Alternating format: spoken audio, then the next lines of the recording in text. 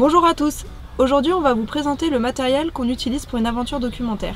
Évidemment, en fonction de la destination ou du mode de déplacement, ça peut changer un peu, mais la base restera toujours la même. On va vous présenter l'outillage de base en photo En vidéo et l'informatique pour traiter tout ça. Ça en fait du matos, hein. Allez, on commence avec le matos photo. Alors pour la photo en voyage, le premier élément indispensable, c'est le sac. Donc un bon sac, c'est quoi? C'est un sac sur lequel on peut mettre un trépied, avec des petites pochettes pour les accessoires, et à l'intérieur beaucoup d'espace avec des compartiments. Alors dans les compartiments intérieurs, on retrouve les boîtiers et les objectifs, mais aussi les gros accessoires indispensables à la prise de vue. À l'extérieur, dans les petites pochettes, on y met tout ce qui est batterie et carte mémoire.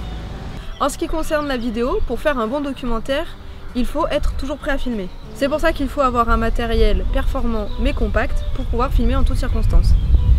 Donc on a besoin d'un trépied pour les plans fixes, d'une caméra sportive pour les plans d'action et de lifestyle, d'un projecteur pour filmer en situation peu lumineuse, de micro-cravates pour enregistrer nos interviews, et bien évidemment on a besoin d'un sac confortable pour pouvoir emporter tout ça sur le terrain.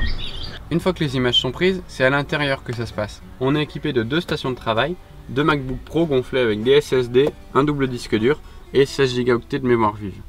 Les fichiers, eux, sont sur un NAS Synology qui est juste là sous nos pieds et dont les 2 x 3 Tera de disque dur sont configurés en RAID 1 pour éviter de perdre des données.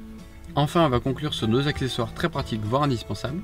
Un écran secondaire pour pouvoir monter ses vidéos et retoucher ses images et une sonde de calibration parce qu'on ne peut pas travailler de l'image numérique sans avoir des écrans calibrés.